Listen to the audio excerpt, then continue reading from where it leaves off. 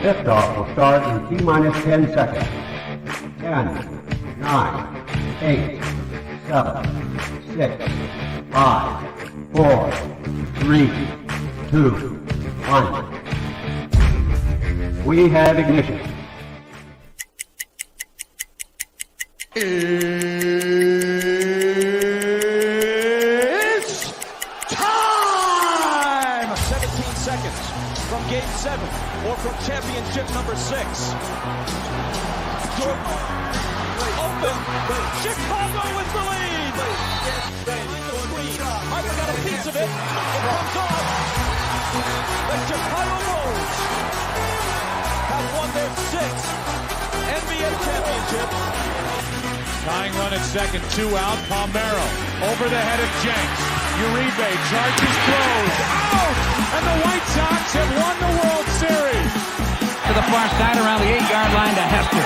Under it and to the middle with the 15 to the 20, breaks free of the 25 to the 30, to the outside, 40, midfield, 40, 30 to the coast, 20, 15, Hester 5. Oh! Touchdown!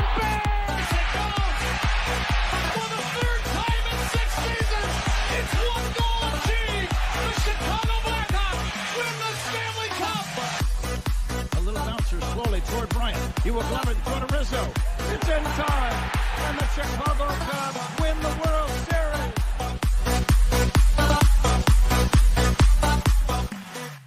What up, what up, what up? Welcome to Shawn and Maya in the morning on this TGI Mickey Ficky Friday.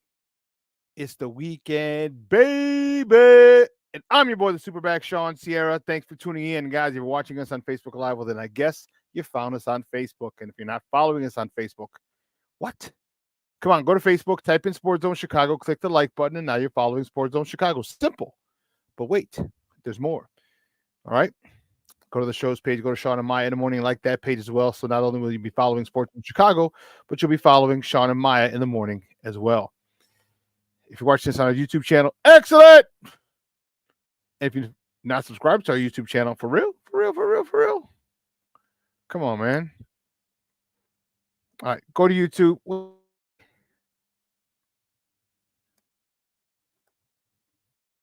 Go to YouTube, type in Sports Zone Chicago, click the subscribe button, but also click the notification button. That's the bell right next to it. And that'll let you know anytime a show from Sports Zone Chicago is going live. You get it? Got it? Good. Steve-O's a trip.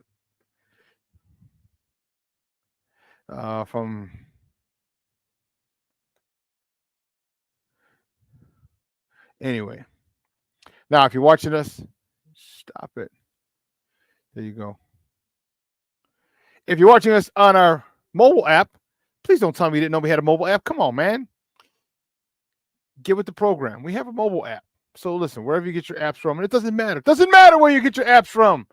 All right, whether it's iTunes, Google Play, Amazon, Walmart, Kmart, 7-Eleven, Zayre, Zemsky, Macy, Montgomery Ward, Venture, Woolworth, Weebles, Gold Blast, wherever you get it from. You go there, you type in Sports Zone Chicago, you download it, you take us with you on a go. So not only do you get Shawn and Maya in the morning 3 days a week, not only do you get our other live shows throughout the week, not only are the archive there like they are on Facebook and YouTube, but I'll tell you what, we give you a slew, and I mean a slew of articles, thanks to my man Clarence Council III. Big up to Clarence for keeping you abreast of all articles Chicago sports related. Now, if you're watching this on our Roku channel, I like that kind of party, baby. And if you don't know, you better ask somebody. Come on, man. Sports Zone Chicago, we have our own Roku channel. So if you have a Roku television in the house, do us this favor, okay? Do us this favor.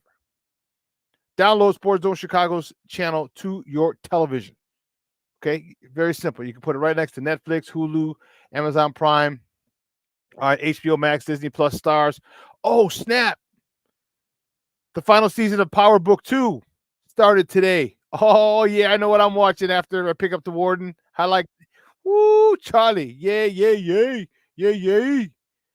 Sorry, I got a little distracted there. I was fired up. But download Sports Zone Chicago's channel right to your television and watch us on a big screen. Hell, we're on the big screen, right? Mickey, Ficky, now.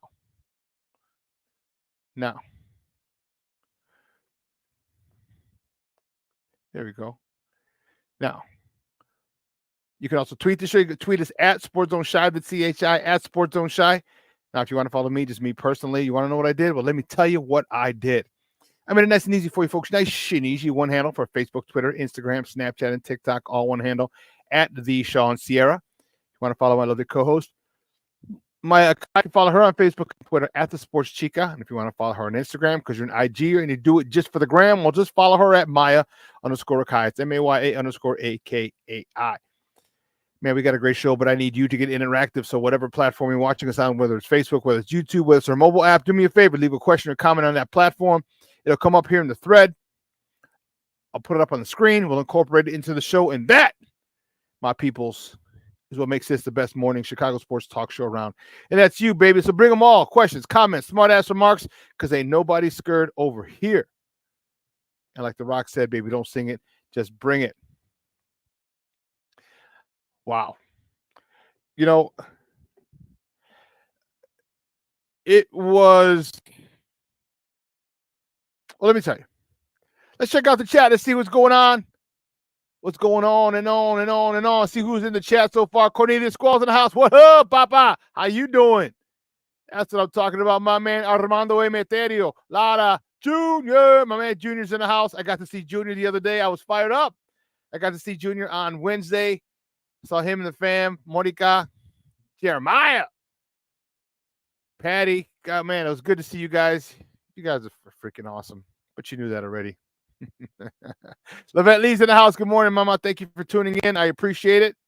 My man Luis Mejia, my CrossFit partner today, baby. Luis, what's up, Papa? Rise and grind. Good morning. Thanks for tuning in. It's great seeing you this morning. 5 o'clock. Great seeing you. Oh, man. Michelle Wall's in the house. Always a Mickey Vicky TGIF. That's, man. Woo, Charlie. Mr. Shode, he's in the house. Top of the freaking morning to you, baby. I hear you. Man, this Friday couldn't. The last 2 weeks have been a little challenging. Challenging, to say the least. Luis, I need a nap. Yeah, that was a tough one. That was a nice one this morning. That was definitely a nice one this morning. Oh, my man Plank is checked in. What's up, Plank? Good morning, Papa. Thank you for tuning in. I appreciate it. Oh, snap. AC Adams in this mother Hubbard. Hell yeah. That's what I'm talking about. AC Adams, good morning, Papa. Thank you for tuning in. I appreciate it. Listen, I don't know a lot about a lot, but I do know this. More of the usual suspects will chime in as the show goes on. Okay? That, my peoples, I can promise you. Man, we got a great show for you at 10 o'clock. My man Evan Winter from A to Z Sports is going to join us. Talking Bears. Bears wrapped up their mandatory mini camp. I didn't realize it, but the rookies are still there. The rookies are still going to be practicing on the field. The veterans are gone. Their obligation for this mandatory mini camp is done. So, yeah. Yeah. So I didn't realize that, but that's cool. Good stuff.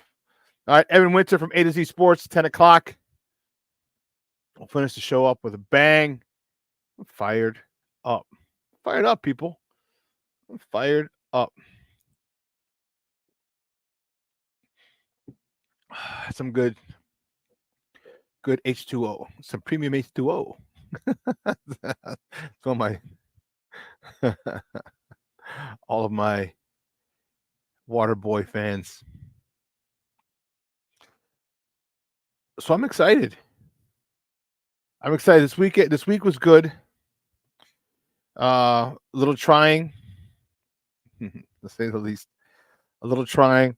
Oh, snap. It's going to be nice today.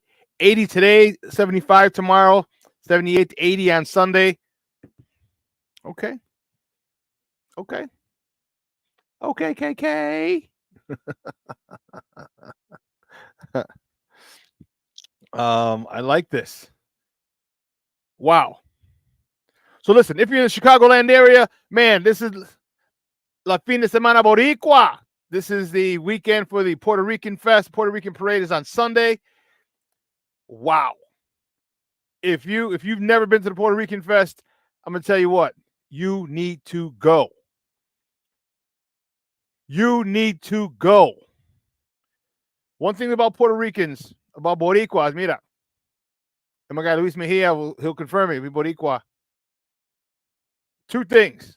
No, more than 2 things. 1, beautiful women. All shades. Blonde hair, blue eyes to purple black, and every shade in between. Straight hair, colored hair, curly hair, wavy hair, nappy hair, everything. Every body shape, body size you want. It runs the gamut, Puerto Ricans. Beautiful women. Amazing food. All right. My cousin Marlo, one of her girlfriends, big shout out to Marlo. One of her girlfriends growing up was Puerto Rican. And her mom made some phenomenal arroz con gandules. And so Marlo, as they got older, Marlo asked her, and she taught my cousin Marlo how to make arroz con gandules. Okay? Man. So every time Marlo has a party and I'm going over there, she makes it. She always make a special batch, a side batch for me, because I know I take it home, and because everyone wants to eat it, so she always makes me extra. Phenomenal food, phenomenal music, dancing galore. Everything's a party to Puerto Ricans. Everything. They'll make up a song. They've made plenty of songs just about food, just about their food. Some Southside just about their food, and they'll make songs about it and dance to it. And then the dancing. They just dance. Am I lying, Luis? Hey, I'm telling you, look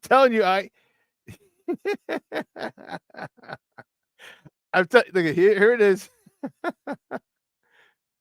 He's like music, food, people, location. I'm telling you, Puerto Ricans just party.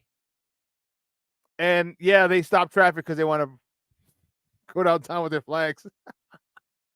Hey, you know what?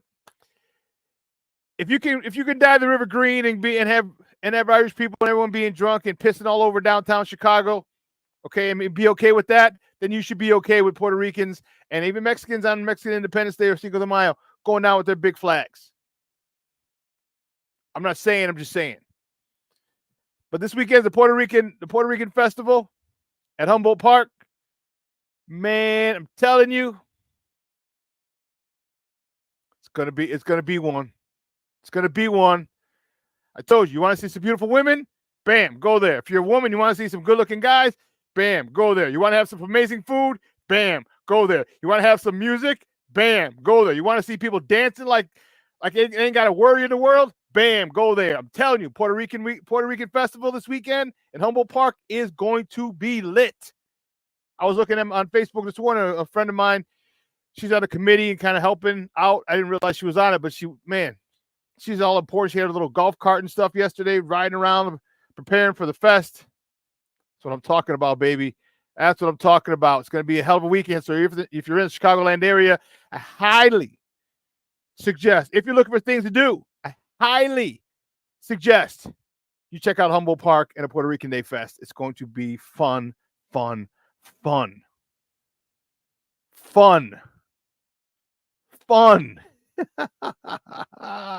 Man, guys, great. Man, I'm a little tired. I had a couple of events this weekend. I told you this was a busy week for me. I had a good friend of mine, a real estate investor. King Book of World, you are a fool. Bring the missus. That's okay. Bring the missus and sunglasses. So you can still peep. And no one can tell.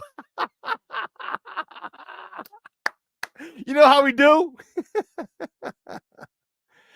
So the daddy took the T-bird away. Very nice, Shorty. I got you on that one. But King Book of World. First of all, thank you for checking in. I appreciate it. But man, you know what I'm talking. See, like PR festival this weekend. I can't go. I'm engaged now, but back in the day, whoo! I'm telling you, bring the missus, bring the engaged. So you know what? And sunglasses. Because the food, the music, it's going to be live. It's going to be live. Then there are going to be after parties all over, all in and around Lincoln Park, Wicker Park, Westtown, Humboldt Park. It's going to be lit.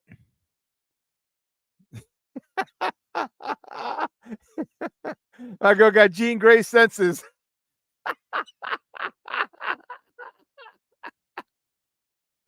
Oh man.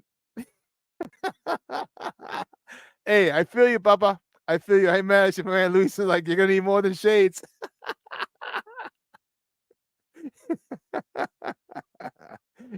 And the neck brace. Yeah. Okay. Okay. I hear you. It's gonna be on.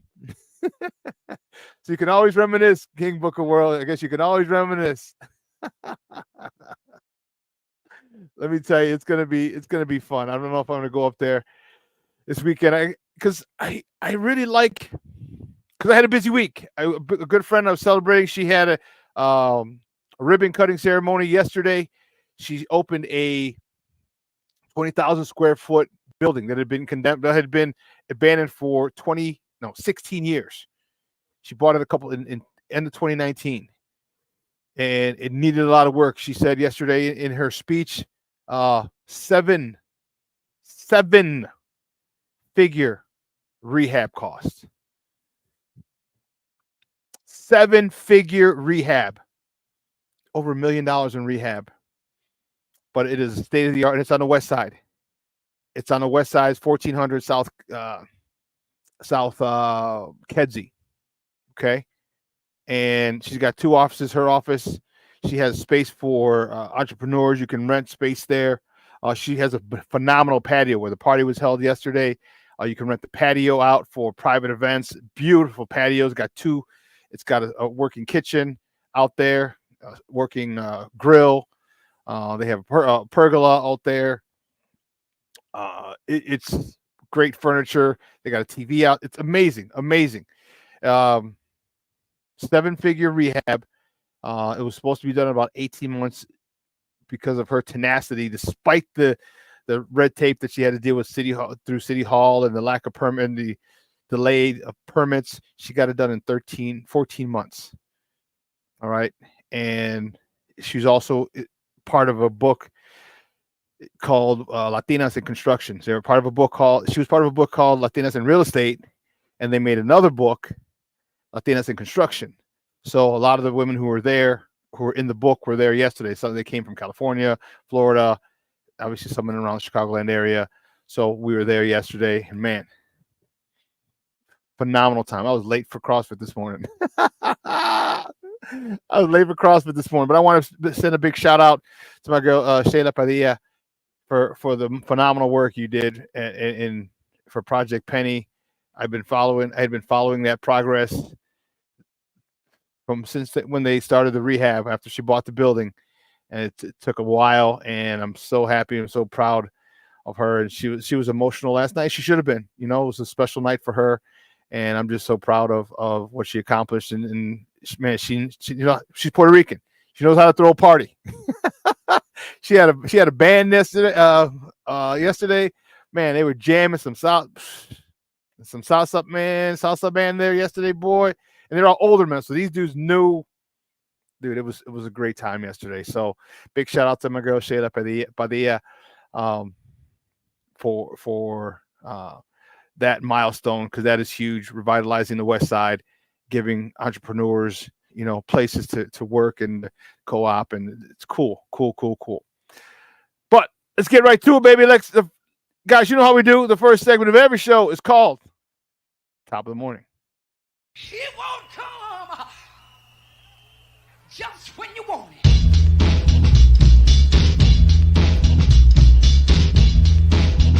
Top of the morning to you.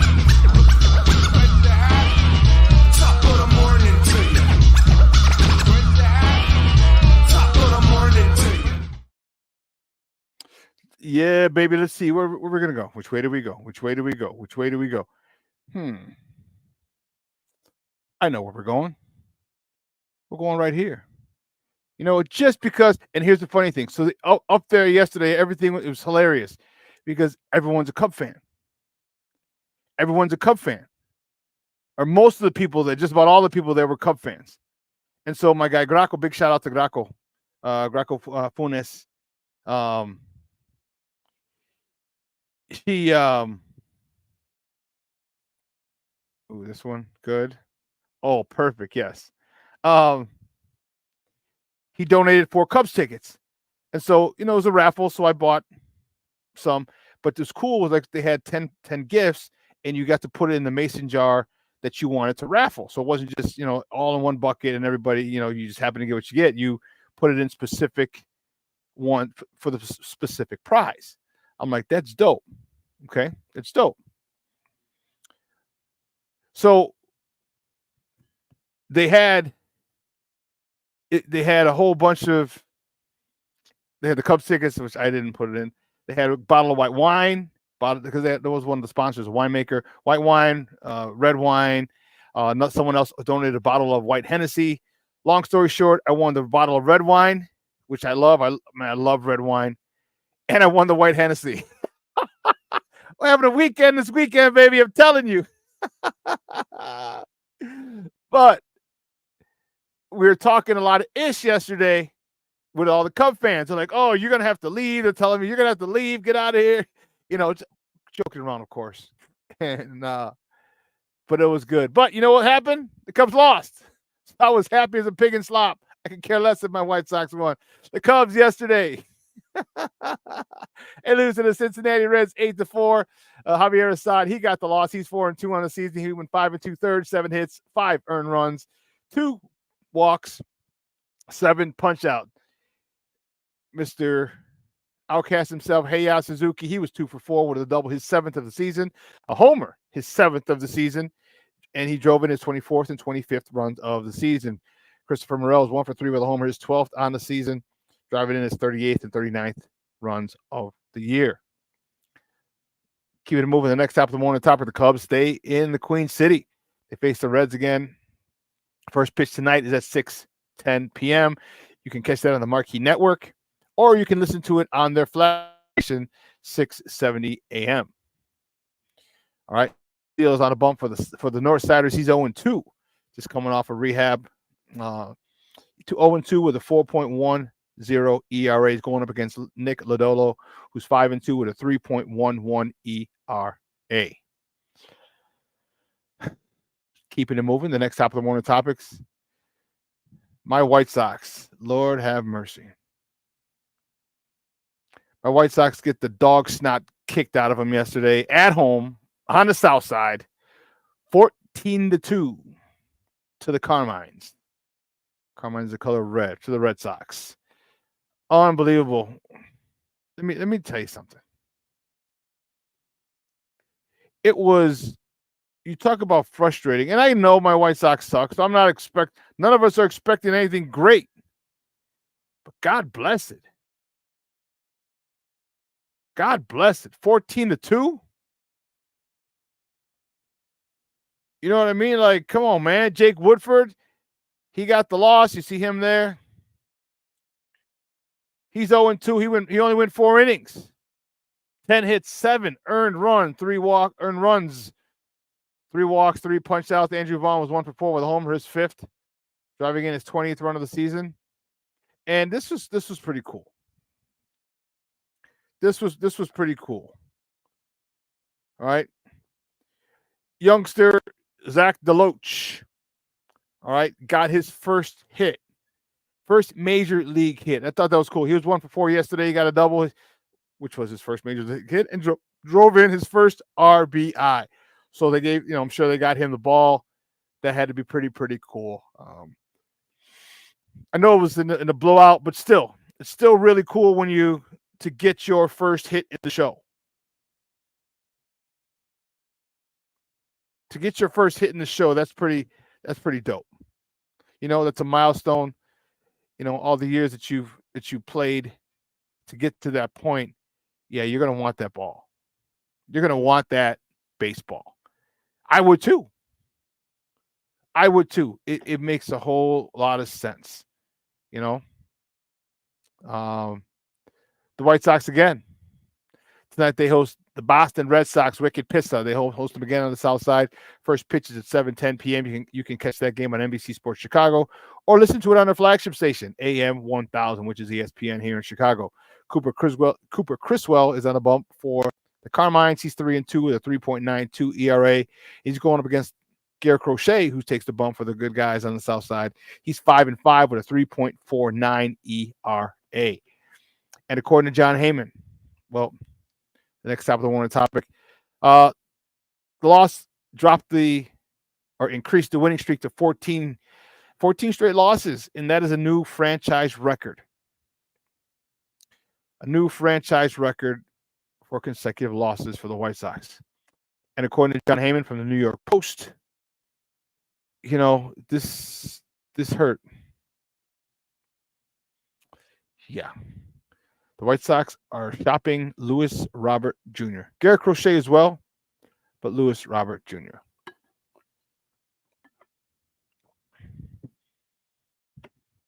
Look at this. Please don't tell me. This is his article in the New York Post. That the White Sox are actively seeking trade packages for Robert, and with 2 team options at a club-friendly $20 million and just $63 million to go through 2027, assuming the options are exercised. He combines control and talent like no one else out there. Worry over injury history is a negative that's heard, but many need outfielders. The Dodgers. Please don't even tell me he goes to the Dodgers. Please do not. Dodgers, Phillies, Royals. And the chances of him being dealt are good.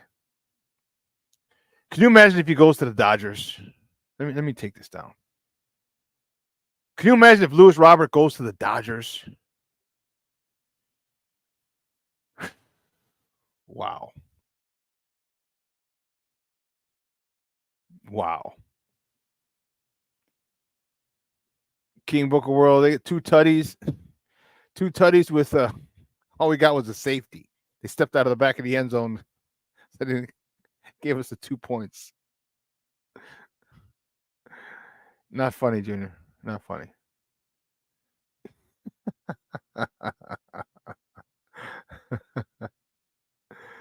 Oh, man. Yeah, that was not nice. Not nice. That's tough. I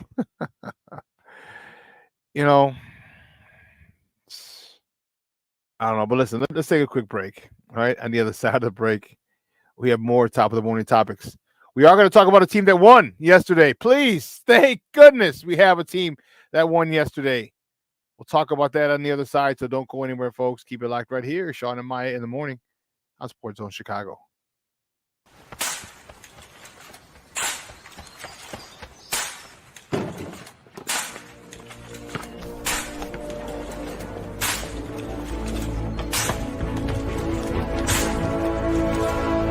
Move it!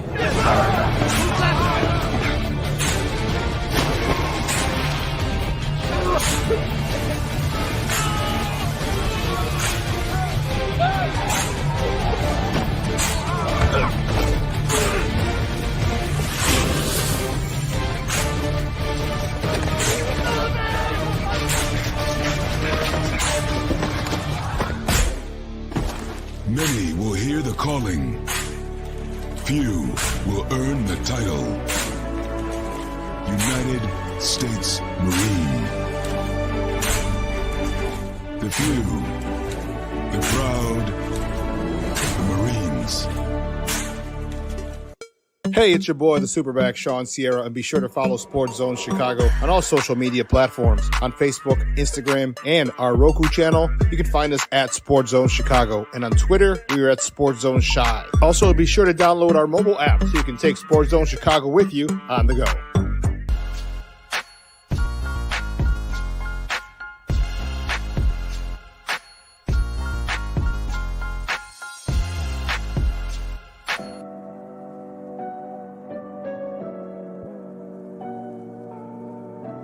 How do you take care of your mind health? For my mental health, I meditate in the mornings. I have my dogs. They're the best. I just find ways that help me just relax. Finding things that make me happy, like being close to my family. I meditate a lot and read books. I have hobbies outside of the game. I'm able to switch off. I'm able to turn my brain off from the game of basketball. Your mind health matters. Your mind health matters. We are looking for a few heroes, mentors, trailblazers, innovators. a passion to change lives. Spark curiosity, open hearts, and awaken minds. Help students answer the question, who am I?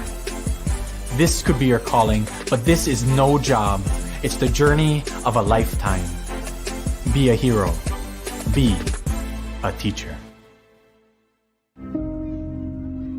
Mental health and learning disorders don't discriminate. 17 million children and adolescents in the United States live with disorders like anxiety, depression, ADHD, and dyslexia. Less than half get the help they need to thrive. Help the Child Mind Institute change these children's lives. Visit childmind.org.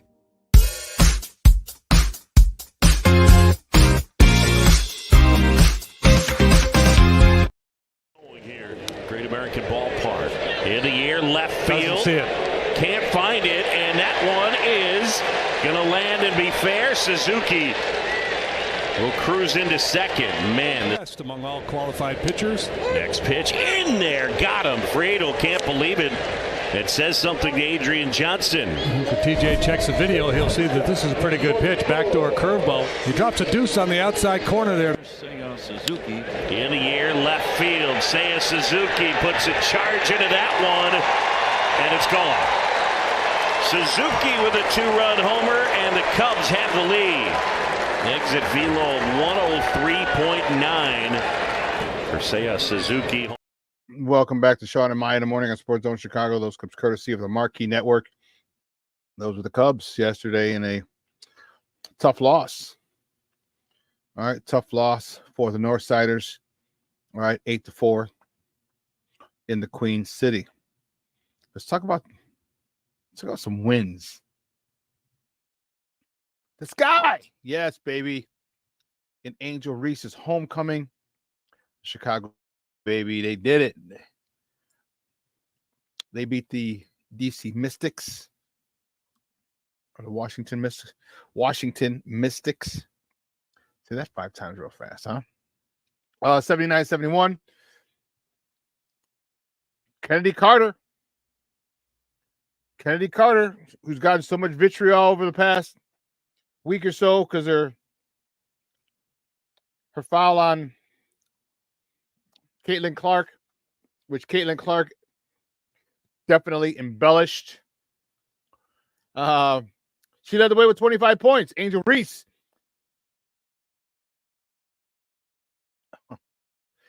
Angel Reese had a double-double, 16 points, 11 rebounds.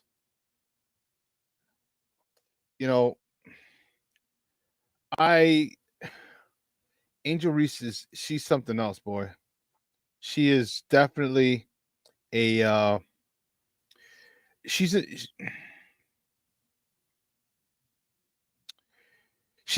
got that it factor.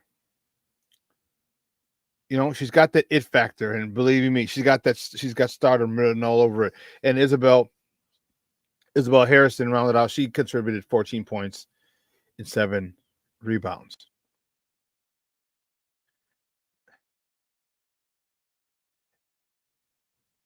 In another news regarding the Sky,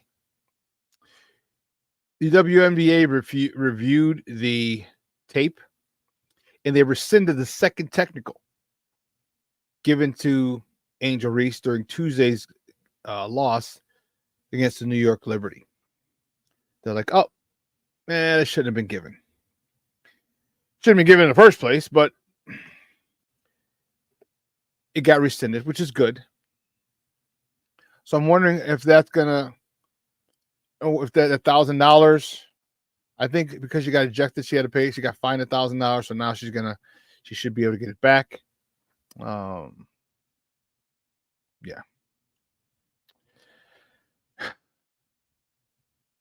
Let's not do that, guys. First of all, she's got to control herself. All right, I get it. Her, like the men, they got to control themselves. They're emotional. All right, but don't show up the refs. Okay? And refs, she didn't say anything to you. She didn't say, like, your mom was a hoe or anything like that. All right, she was frustrated. She thought it was a ticky-tack call. All right? Both sides need to work on it a little bit. All right, both sides. All right. Don't be so thin-skinned, refs. All right. And don't be so damn emotional. Okay, Angel. Because you might not get lucky next time. And and then they're going to continue to fine you. And it's not that you can't afford it, because you got to deal with Reebok and other things, Beats by Dre.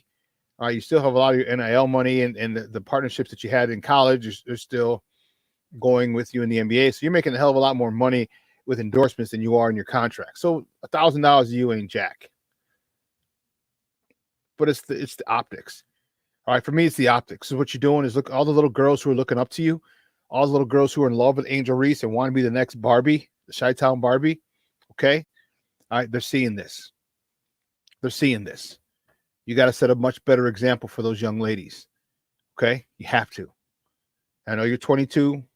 I know you're young. I know you have to set a better example for those young ladies. All right, you guys wanted eyes on this. WNBA wanted eyes on this thing. All right, they wanted more eyes, but guess what? They got more eyes. All right, but along with that comes responsibility. You can't act a fool. You can't get emotional, and you're asking women who are the most emotional creatures on the face of the earth to not be so emotional. Okay, but this is part of sports.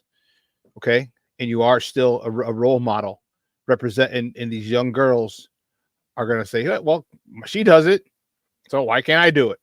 All right, you got to win with class, lose with class. Okay, it's tough. I'm not saying it's easy. Believe you me, I've had plenty of times where I wanted to say stuff to the official playing basketball, or hell, even playing football when I got face masks, or someone reached under my face, under my face mask and scratched my face. You know what I mean? There's a whole bunch of different ways to handle stuff. There are times when I was annoyed by some of the things, but you just handle it on the court. All right, you handle it on the court. So just be better, young lady, because you're a superstar. All right. Moving on to the next top of the morning topic. The Bears. The Bears finished a mandatory mini camp on Thursday. A lot of good stuff, man. A lot of good stuff. One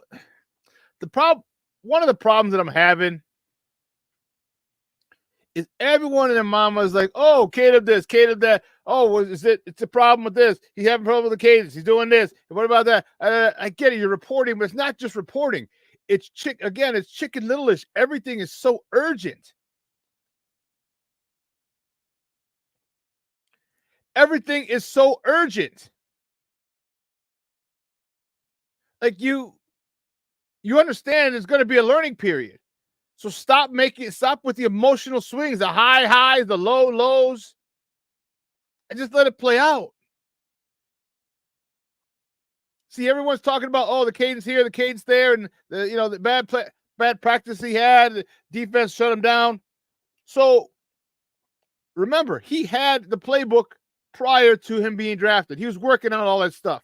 So what you're seeing now is what you would have seen in training camp. I'd rather see it now. I'd rather see it no pads. I'd rather get his learning curve, get this tough adjustment period out of the way. For him, for the team.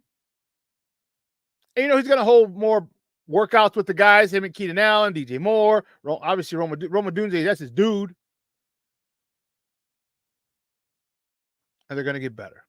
But stop the emotional roller coaster.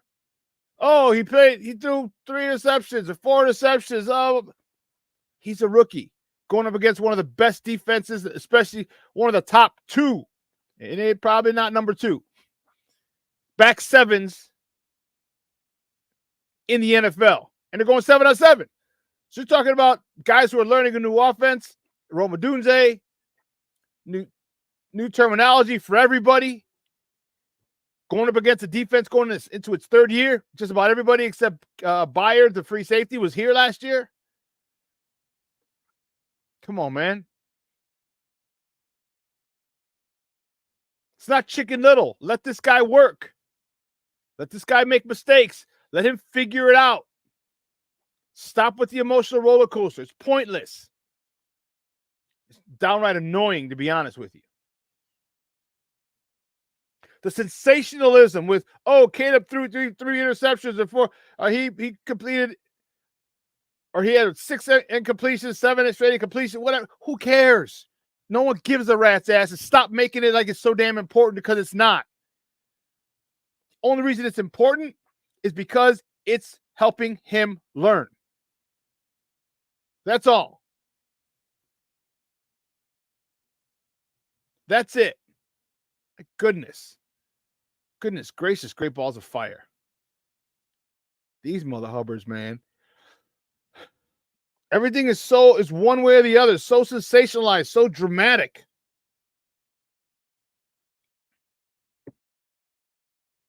So dramatic, man. Gosh.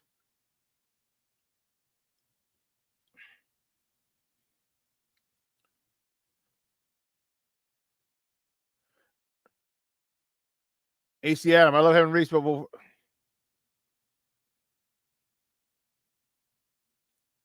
I love having Reese in Chicago, but she will ever be salty for Clea Copper walk. She's the best player in the WNBA. No, I think Asia Wilson got something to say about the best player in the NBA, WNBA. But she's leading the league in score right now. Yeah, I still think Asia Wilson, but I understand your sentiment. But you got to give to get. You know, you don't trade Clea Copper, you don't get Camila Cardoso. That was our number 3 pick. Our pick was number 9. That's where we got Angel Reese. So you got to give to get. You know?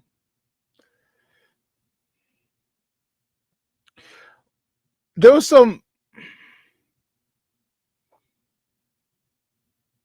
Nate Davis is really starting to concern me. All right, he didn't practice at OTAs, and I'm wondering why. Why? Unfortunate situation last year with your mom and her illness, and that is, once we found out, we completely understood your actions. But I don't believe there's another situation like that in your personal life. I hope not. No, if his dad was still around, I hope his dad isn't sick or anything like that. But they gave you they committed $30 million to you. Okay. You got your 10 this year, next year. I think you need to be there. I think you need to practice. Again, is injury concerns, or is it just letting veterans ramp up? Whatever it is you're doing, I need to see Nate Davis out there. And for the love of God, Shorty, I agree with you. Look, man, you're going to left guard. I want Tevinjenkins and Darnell Wright on the right, on one side of the line. That's it. I want those two next to each other, because those are some road grading mother hubbards. Road graders. They will just dominate people to the echo of the whistle.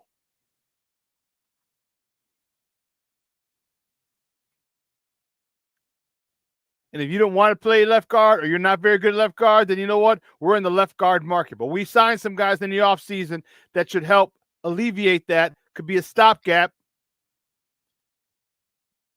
Bates, Shelton, we got guys to play guard.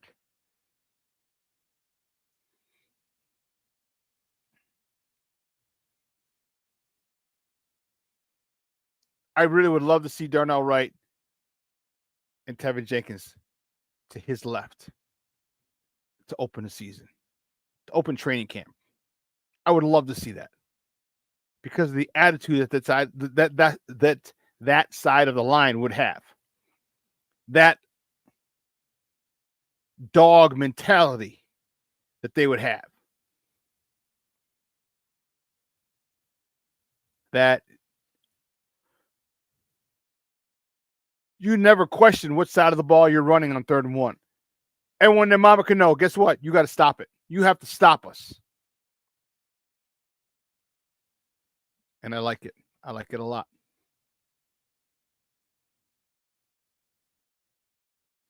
but I digress. Listen. Yes, being a mental head case is very concerning. I agree.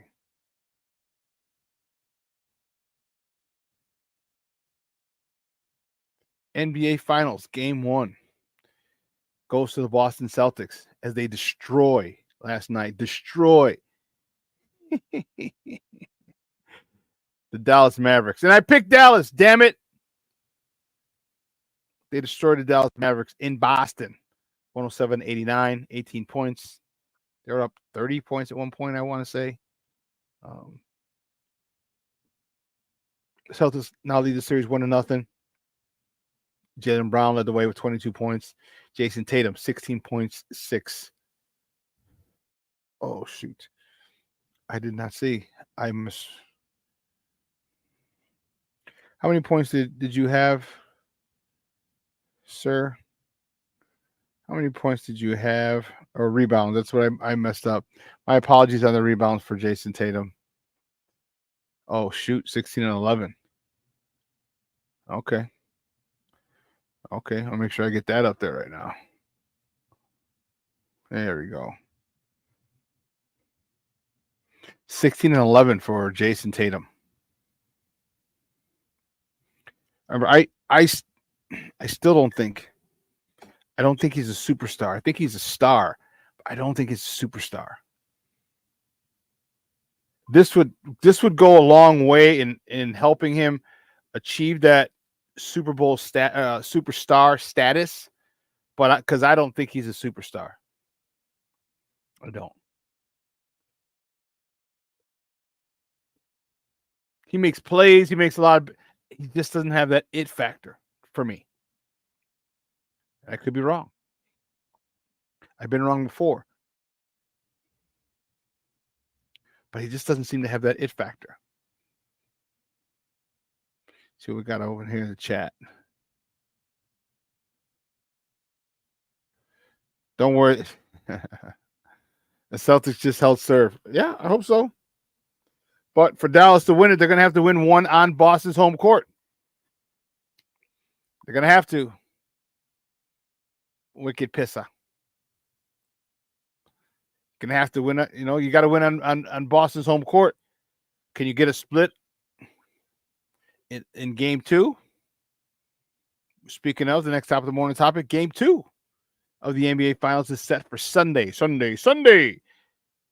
Tip off at 7 p.m. Central. All right, and you can catch that game as you can catch all final games on ABC here in Chicagoland area, Channel 7.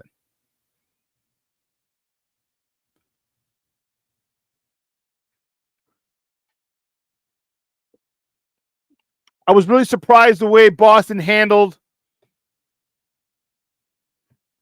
Dallas. But if you remember the show on Wednesday, I had Shawn Davis on, and he gave our picks for the finals. I said, I'm taking Dallas because of the closers that they have.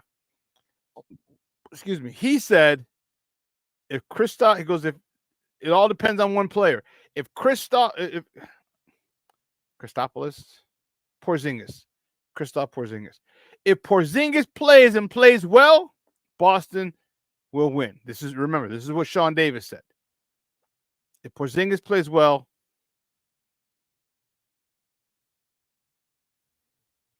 they're going to win. Well, guess what? He played well. Which is why they were up 30 at one point and only ended up winning by 18. Only.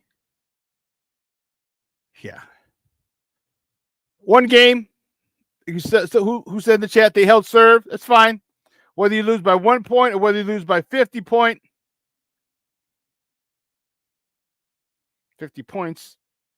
it all counts as one loss. That's it.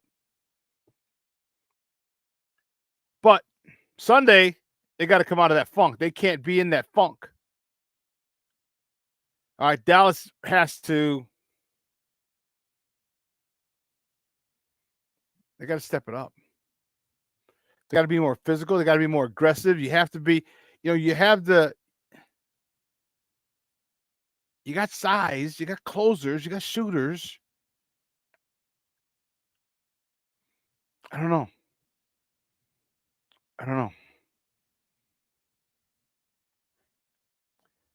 I want this to be a series, and it still could be. It could be a great series. Go 11 games. It goes 6 games, 7 games. I just don't like seeing in the finals. I don't like seeing such, except when I was watching the Bulls, of course, in the 90s.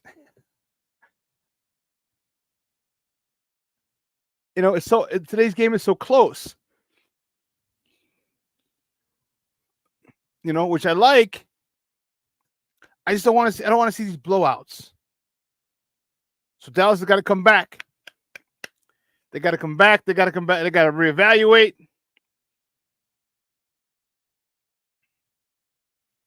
Cornelia says Luka has to bring the game down to his pace.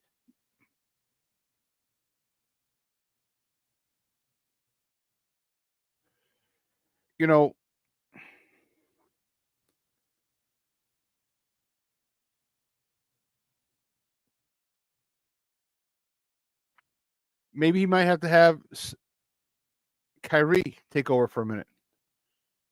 Maybe that's what needs to happen. Maybe.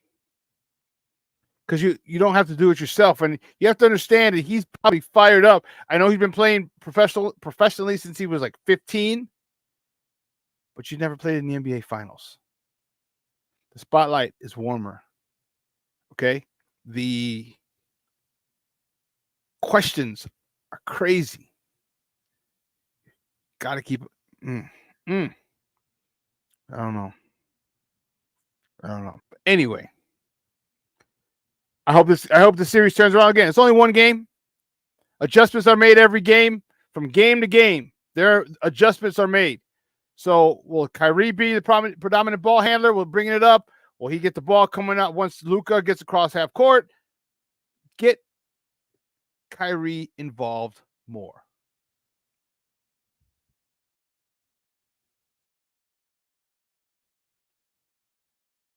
I love his experience. I love his moxie. I love his makeup.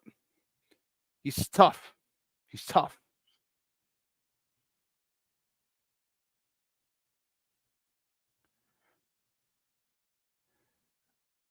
We got some former Bulls players on Denver, and I'd love to see them get a ring. Daniel Gafford. All right. Derek Jones Jr. Remember Jimmy Butler was on the Bulls. LeBron James was on the Bulls. Not LeBron James. What am I saying? Dwayne Wade, his buddy. Dwayne Wade was on the Dwayne Wade, Rajon Rondo, and Jimmy were the big three. And it kind of went crazy. But I digress. Game 2 Sunday. I'm excited. To see it. I don't think I have much planned on Sunday, but should be able to sit around and catch it before I, buckle down and get ready for the rest of the week. But game 2 is going to be fun. It's going to be real, real fun. Yeah. Looking at this. Well, listen, here's what we're going to do. We're going to take a quick break. All right. On the other side of the break. No, he said no. On the other side of the break, we're going to welcome my guy, Evan Winter. He's the editor over there at A to Z Sports. We'll talk a little Bears. Going to ask him. All right, it's been a minute since we talked to him. I don't know if I think we might have talked to him once since the draft. Once in May, and then now a second time. We're going to ask him his thoughts on the draft. We're going to ask him his thoughts on Roma Dunze. He's going to ask his thoughts on Caleb Williams. We're going to ask his thoughts. Okay? So Evan Winter on the other side of the break from A to Z Sports. So listen, don't go anywhere. Keep it locked right here. Shawn and Maya in the morning on Sports Zone Chicago. Hey, it's your boy, the SuperBack, Shawn Sierra, and be sure to follow Sports Zone Chicago on all social media platforms on Facebook, Instagram, and our Roku channel. You can find us at Sports Zone Chicago, and on Twitter, we are at Sports Zone Shy. Also, be sure to download our mobile app so you can take Sports Zone Chicago with you on the go. Time out. How are you feeling right now? Happy? Excited? Angry? Overwhelmed? One of the best things you can do for your mind health is to name what you're feeling. It can sharpen your awareness and help you talk about your feelings with someone you trust. Here are 3 questions to ask yourself. Where are your thoughts right now? In the past, the present, the future? Do you notice any sensations in your body? Is your heart beating fast? Is there a flutter in your stomach? Or are you fully relaxed? What do you need right now? Time with others? Time to yourself?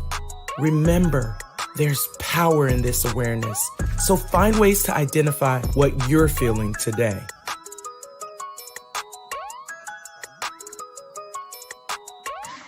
Hi, guys. Hey.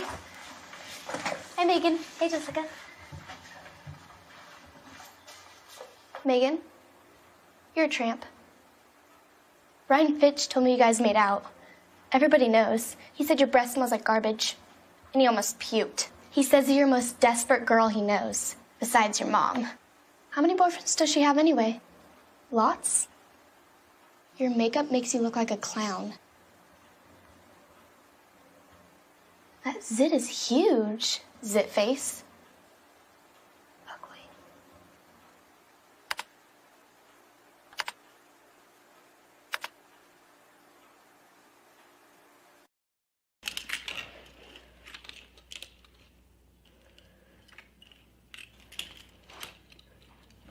Hey, bud, what you doing? I'm playing with cars.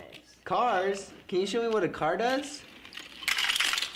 Whoa, whoa, whoa, whoa, whoa. Hold on a second. First of all, this is a school zone. So you need to put down your cell phone, stop texting, and let's get to driving. Now you're coming up to a stop sign, right? You need to slow down and stop before you hit that Y line. I want you to look left, right, left. You don't want to get hit by a car going on your left, and to your right to make sure you don't get sideswiped by a guy coming from your right. You're coming, and you see a crosswalk. You better slow your horses down, because the #1 rule of driving is always yield to pedestrians. Now stop, pull over, and you are done driving. Gosh, what do they teach you kids in school nowadays?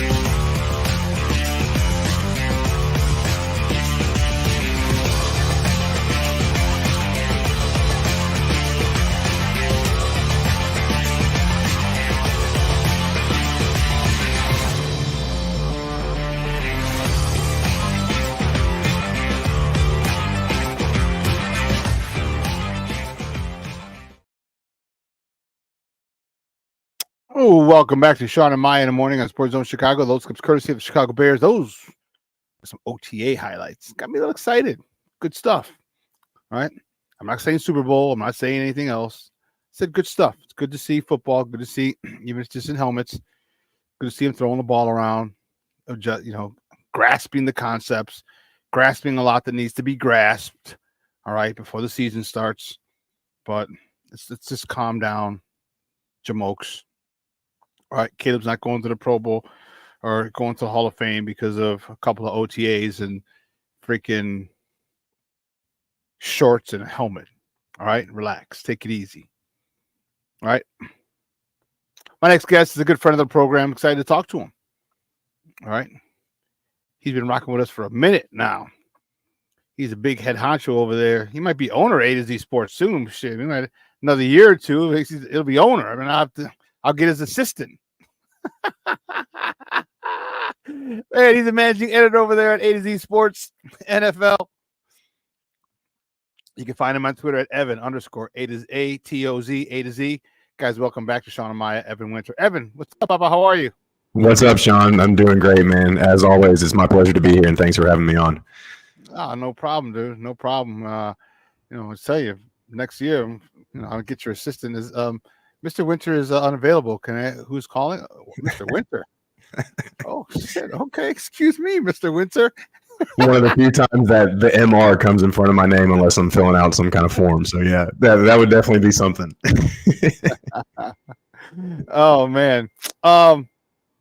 Listen, it just got done. Just got done with OTAs. Rookies are still there. Rookies are still practicing. Veterans are like, all right, thank you for showing up. We appreciate it. All right, go have fun this summer. We'll see you in a couple weeks.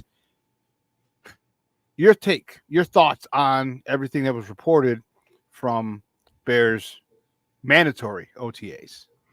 Yeah, so I think, kind of it was some of what we expected. Caleb Williams, he made some plays. He's got some things to work on, primarily his cadence. That was brought up a lot over the last few days, and that's totally fine because when you think about it, and I think even Cole Kmet mentioned this, in college these days, dudes are clapping their hands and then looking over the sideline at whatever head or whatever chart is, the coaching staff is holding up, whatever the quarterback's coaches are holding up. So they really got to find, or not every college quarterback, but most college quarterbacks, especially coming from a Lincoln Riley offense, they've got to find their voice. They've got to find that cadence and be comfortable with it as well. Like, obviously, this is completely different. I am in no way, shape, and form anywhere close to a professional NFL quarterback, but I hate hearing the sound of my own voice. So I can only imagine what it's like out there, just having to do that ultimately, and being a rookie trying to impress veterans, especially guys like Keenan Allen, DJ Moore. I mean, you can even throw Cole Kmet in there. So, yeah, I think it was a lot of what we expected, and the defense sounded like it was, picking up where it left off from last year, especially with Kevin Byard and Tremaine Edmonds making some plays, intercepting, picking off Caleb. So ultimately, a lot of good takeaways. And, it sets up a lot for training camp, some storylines to watch out whenever we get there. One thing, though, and it kind of bleeds in from last year, though, and it's still early, obviously, but like Nate Davis, he's just off to another slow start during the offseason. I mean, I just, that signing at this point it's really starting to become a disappointment. Hopefully he can pick it up and get going. But, if the Bears go into this season with another question at one of the offensive line spots, and Eberflus was just talking, I think, either yesterday or 2 days ago, about how they have more O-line versatility now. But still, if one of those pieces aren't firing right off the top, especially a big piece like Davis, I don't know. But, yeah, it's just something that's just been weird ever since he signed that big deal last offseason. And that was going to be my very next question, and your thoughts on him. And I agree. It's I'm not a big fan of it. All right, I get it. I understand the situation last year. We all understand it. The situation from last year, right, with the health of your mom and the passing over. Okay, I get it. Cool, great. You know what? And we, I like a lot of other people had to apologize, say, hey, we didn't know, and we're jumping to conclusions. Cool. But now, like, what's the deal? All right, I would think you'd want to say, hey, listen, I'm here. I'm 10 toes down right here. Let your teammates know that you're there for them. And you just, being there but not practicing, like, come on, bro. Like, what's wrong? Like, you had this whole offseason. Did you get injured in the offseason? Well, and they don't have to disclose that at this particular point. But damn, dude, like, come on, give us something. Give us something. Yeah. Bothersome more than anything. Bothersome. Yeah, and and it all just boils down to mostly just, we all know, if you've ever watched, football for more than just an average person, how important chemistry and cohesiveness is along the offensive line. I mean, Todd Bowles even talked about the Buccaneers head coach, just to throw, this in for perspective. He talked about a couple days ago about how the Bucs offensive line is actually ahead of schedule right now in terms of how they're firing off the ball, how in sync they are. And he said even for him right now, that him, as in him personally, that is early. So it can make a difference at this time of year in terms of what you turn into later on. Again, still early. But yeah, I mean, that's the biggest thing is like, you want that cohesiveness, you want that chemistry up front, especially breaking in a rookie quarterback. So yeah, something definitely to keep an eye on, but hopefully he can pick it all up and kind of reverse course at the end of the day. Yeah, my guy Cornelius Squall said you would think after last year Nate would come back this year with his hair on fire. I think he got his bag and now it says I'm good. I'm starting to get that feeling as well, and I don't like it. And which is for me, because of this situation, whatever the hell it is, I'd be more than happy to say, okay, listen, you know what? We're moving Tevin to right guard, create a power side of the line. You're going to go – you ever played left side? Well, guess what? You're playing left side. And use the versatility that Coach Eberflus has, on that offensive line in case it doesn't work out. Then you cut him at the end of the year, but get me Tevinjenkins on the right side of that offensive, God bless that offensive line with Darnell Wright, and let's go move some people. Yeah, and you want to talk about somebody who's got the right mentality, and I'm not questioning Nate Davis's mentality. I'm just saying we know that Tevinjenkins has the right mentality. You listen to what he was talking about the other day about how his goal this year, granted, yes, to play well, but he's being realistic. He's like, I just need to stay healthy this year. He's like, I need to stay healthy because when I am healthy, I do play well. So that is my biggest goal for this year, and that's totally fine. So he's being realistic about the situation. He knows what he's entering, final year of his contract, all that stuff. He's going to be hungry. So yeah, throw a guy over there that's got something to lose at the end of the day.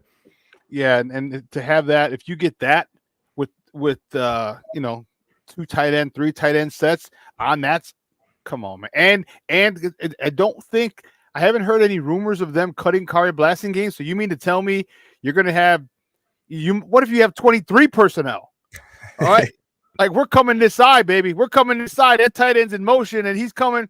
You got a tight end, a wing, and a tight end in motion. We got 3 tight ends on this side, couple with a fullback. We're getting a God-blessed yard to move the chains. Dude, that just got me fired up, man. Love it, man. Got me fired up. just because the mentality we haven't had, which is why I asked Justin last year, like, do you have anything other than those cute little plays, the screens, and the QB tush push? And no, say, hey, we're coming here. We're going to smack you in the mouth, move the chains, and get ready for some more. That's the football that I love. That's the football the Chicago Bear fans love. And if you set that type of tone, Lord have mercy, Shane Waldron will be revered here for that type of instilling that type of mentality. Yeah, and if there's any guy that is willing to deploy packages to do that, it's Shane Waldron. Everybody talks about his 2 tight end sets and his 3 tight end sets and stuff. And, obviously last year he moved more to 11 personnel because obviously the Seahawks had DK and Tyler Lockett, and they drafted Jackson Smith and Jigba out of Ohio State. So, yeah, of course you're going to go to 11 personnel. And here, obviously, you've got 2 really good receivers and then 2 really good tight ends. So it's going to be interesting to see how he mixes it all up, man. I can't wait to see how he does it. But, yeah, I would just love to see. And, the Chiefs aren't your traditional powerhouse offense, but they know how to get a damn yard on 4th and 1, and they're going to do, like you were just talking about, they're going to do whatever they need to do to get that yard. So, and that's what the best teams do. They get it done when it matters. So, yeah, can't wait to see how all that plays out. Guys, we're joined by Evan Winter from A to Z Sports. We're talking Chicago Bears football here on Shawn and Maya in the morning on Sports Zone Chicago. Yeah, dude, that just got me fired up because I mean, football's it's not a contact sport; it's a collision sport. All right.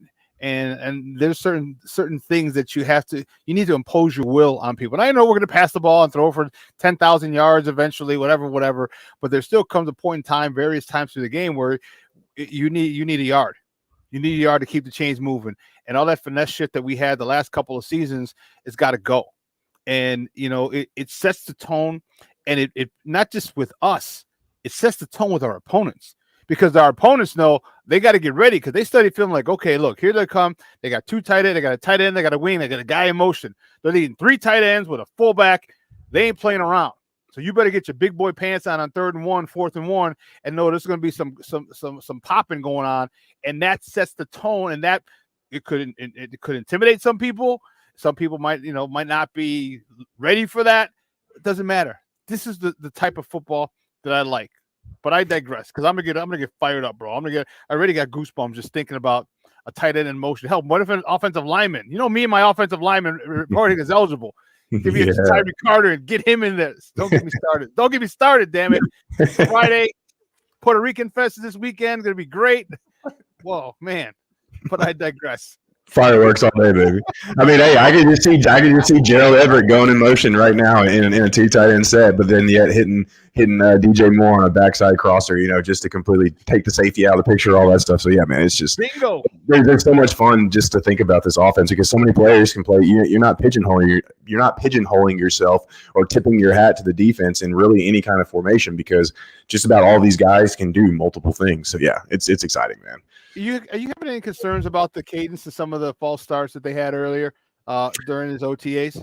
No, not right now. I will if they come into training camp. Now, after the first practice or two, sure, there's still going to be a little bit of not goosebumps. There's still going to be a little bit of bumps in the road after the first couple of practices.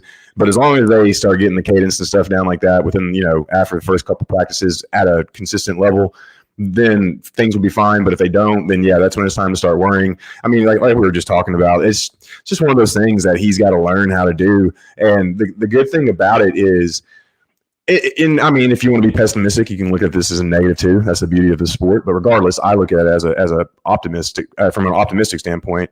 Is the Bears don't have Justin Fields on the roster behind Caleb Williams. They don't have an established quarterback behind Caleb Williams. They're obviously going to work with him and grow with him and give him everything they can give him to succeed in this year and the future. There's no guy.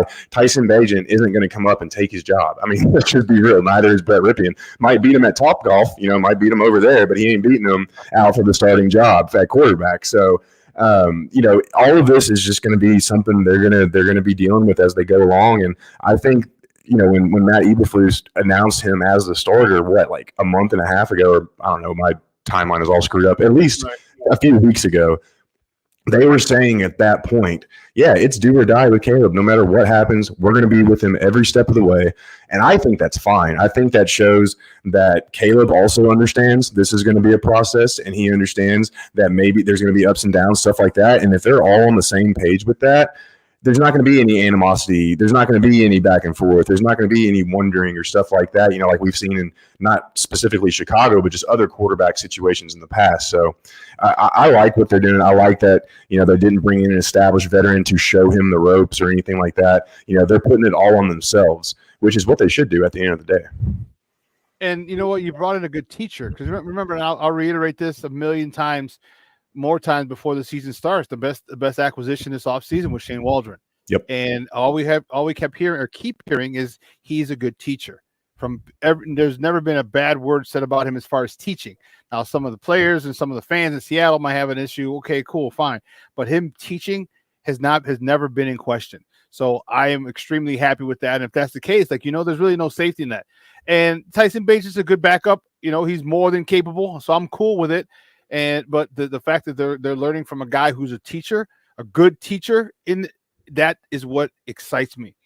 Are you freaking out about the couple of bad days with Caleb and he missed X amount of passes in 7-on-7, or the next day he had a good day when all the DBs were out, Jalen Johnson out west at his foundation?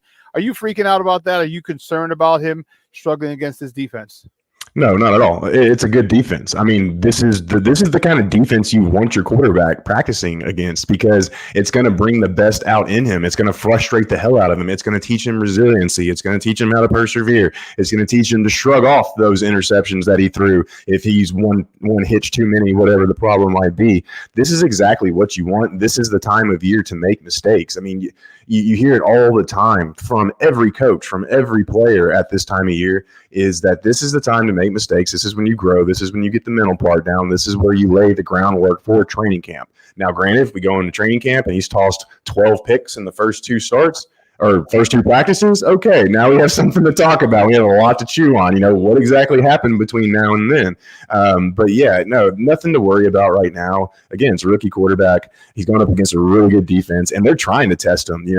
There's been several players, out loud saying, yeah, we are trying to make the offense's life hard because we also want to prove that this back half of last year was not a fluke and that this is a legit, potentially top 5 defense. Yeah. You and I are on the same page there. And we haven't talked about it. This is why I was excited to bring it up. And I said the same thing. I said, I want him to fail. I want him to fail gloriously. All right. Throughout training camp. I said, because that's only going to improve. The best lessons are failures. And when you start, and once you're able to start picking this defense apart, holy sheesh. Then we got to watch out, because if you can start picking this defense apart, which I said is one of the top 2 back sevens, and might not even be number 2 back sevens in the NFL. Now we're talking progress. Now we're talking confidence. And if he starts to do that as training camp goes on, man, and this 7-on-7, not talking about the rush, because that's a whole nother story. Right. But if he's starting able to do that, man, we're cooking with fish grease, man. And I like that kind of party, because that shows his ability, that he was able to pick up this scheme.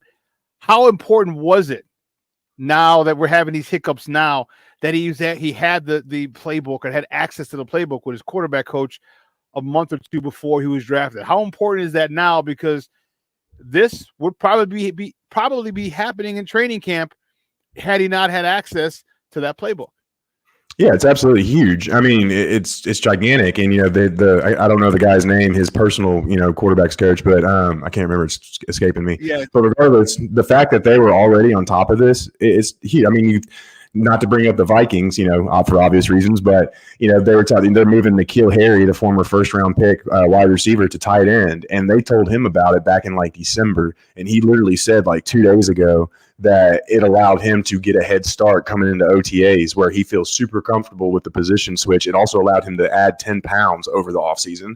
So it allowed him to really hit the ground running instead of just taking all these stray bullets when everything's firing. So to have that kind of preparation is absolutely huge. It's gigantic. And to go back real quick just for a second to what we were just talking about in terms of, worrying about the interceptions and all that other stuff, a key thing this time of year, for me at least, is to watch how these guys, or at least read, if I'm not there watching, at least observe how they do in 2-minute drills, how they do in pressure situations, third downs, stuff like that. And the fact that Caleb was he didn't get it in the end zone, but he was at least able to lead the team down during a 90-second drill and get a field goal out of it, that to me shows an understanding of the offense, that shows a command to a certain degree of the offense, and it shows that, yes, he is picking it up. And, even Eberflus said during some of the big plays during his latest 7-on-7 drills, sure, the plays were great, but they were executed through the timing and the structure of the play call. That's absolutely huge. That's what you want this time of year. So mistakes are going to happen, but as long as you can, and like with Jaden Daniels in Washington, he's killing the 2-minute drills right now. If they're performing in situational drills right now, that's definitely something to take away from it, and a big positive at the end of the day. It is Caleb's quarterback coach is Will Hewlett. There we go. Yeah. So I wasn't concerned. And unfortunately it's every move. Oh, Caleb had 3 picks or 4 picks and this, and dude, literally Chicken Little. The sky's falling. I'm like, relax, man. That's what happens with the number 1 pick, man. That's what happens. But also you just with thirsty people trying to get clicks and but the emotional roller coaster, like, man, let him be. Let him make mistakes, let him learn, let him, just let it be. Then next day he's back, throwing the touchdowns, like I said, when all the defensive players were out in Cali with Jalen Johnson. Like, okay, now he's a Hall of Famer again, we're gonna win the Super Bowl. Like, dude, stop the emotional swing, bro. It's literally, it can't be feast or famine. Talk to me about this wide receiver core. How good? Let me talk about the rookie first. How good do you think this rookie can be? All right, Rome Odunze, he's going to be facing the third best, at best, the third best cornerback if they're in a man situation. He's always had the number one corner for the last couple of years at Washington. All right, probably traveled with him. Like, all right, if I'm going to the left side, he's there. If I'm on the right side, he's following me. Now he's got a third. What if there's a fourth, maybe a fifth, the fifth best corner that's got to cover him in the slot or wherever the heck he's at? How do you think Rome Odunze can do this season as a rookie? Yeah, who do you bracket in zone coverage too? I mean, do you bracket more? Do you bring a safety down to help with Keenan Allen or slide a backer? I mean, like this passing attack should open up the running game at the end of the day. That's a separate conversation. You specifically asked about Odunze. I said earlier 2 good wide receivers. I specifically left him out just because he's a rookie. We don't absolutely know yet. But in terms of just on paper, what he's bringing into the season, yeah, he has the chance to be offensive rookie of the year. There's no other way to put it, especially with who's throwing him the ball, who's taking pressure off of him. You have 2 very established. It's not like you've got just a couple of veteran wideouts who have been good their career, or almost good or solid or whatever. You have 2 Pro Bowlers lined up next to you, two top 12 receivers easily, maybe top 15 if you want to take Keenan Allen down another peg or two, but 2 of the best receivers in the game, taking pressure off of you. He can line up inside, outside. He's going to be a huge red zone threat. You've also got Cole Kmet occupying the middle. You've got Gerald Everett. You've got the running backs. I mean, everything is set up for Rome Odunze to win Offensive Rookie of the Year. He has a chance, in my mind, to beat out Jaden Daniels, to beat out his own teammate, Caleb Williams, because his numbers, and just plus with Shane Waldron's scheme, how he schemes guys open, it's incredible to watch. And with that kind of route running and that kind of physicality that comes from Odunze, he's a perfect fit for that offense. I think, honestly, if I was putting odds on Rookie of the Year, I know it's mostly a quarterback award, but just with the ups and downs that we'll probably see out of both rookie quarterbacks, we don't know if either team are going to make the playoffs. I do see a world in which Rome Odunze could win Offensive Rookie of the Year. No problem. I do too, because I think if you're in a situation, especially in the red zone, which we should have short fields. All right, we got a great punter. All right, pin him in. Oh man, I can't wait to see it. I can't wait to see it. You got a linebacker for punter. I can't wait, man. You punt. You pin him inside the 10. You hold them 3 and out. You punt. You get a halfway decent return. And you're starting on a plus 45. You're asking the guy to go 45 yards. You get 1 first down. You're in the red zone for all intents and purposes. All right. I could easily see Shane Waldron saying, "Okay, jump ball."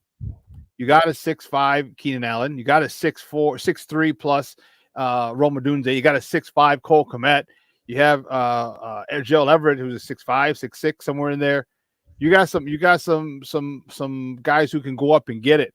So it wouldn't surprise me if Rome Odunze, again, if they're in man and he's got this third and they put him in the slot.